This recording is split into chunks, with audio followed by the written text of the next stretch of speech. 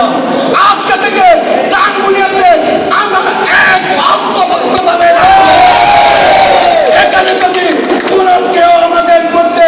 বিভক্ত সৃষ্টি করার জন্য আছেন, তাকে ইমানদার শহীদরা হাত পা ভেঙে তাকে তুলিয়ে দেবে। আর আমাদের মাঝে অনেকে অনেক কথা বলে, আপনারা সিরাতুল মুস্তাকিমের দল করেন, আপনারা তারেক রহমানের দল করেন, আপনারা তারেক রহমানকে যদি ভালোবাসেন অবশ্যই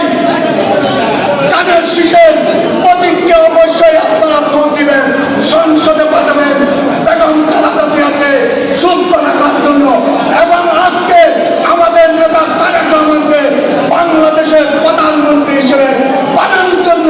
ওমর কাদের চৌধুরীকে রাঙ্গুনিয়া থেকে তাই আজকে আমি আমার বক্তব্য দীর্ঘায়িত করছি না, শুধু একটি কথা বলছি, যারা সালাউদ্দিন কাদের চৌধুরীকে সুযোগ সুবিধা দিয়েছেন তারা সালাউদ্দিন কাদের চৌধুরীর দুর্নাম বেশি করে ইনশাআল্লাহ রাঙ্গুনিয়ার মাটিতে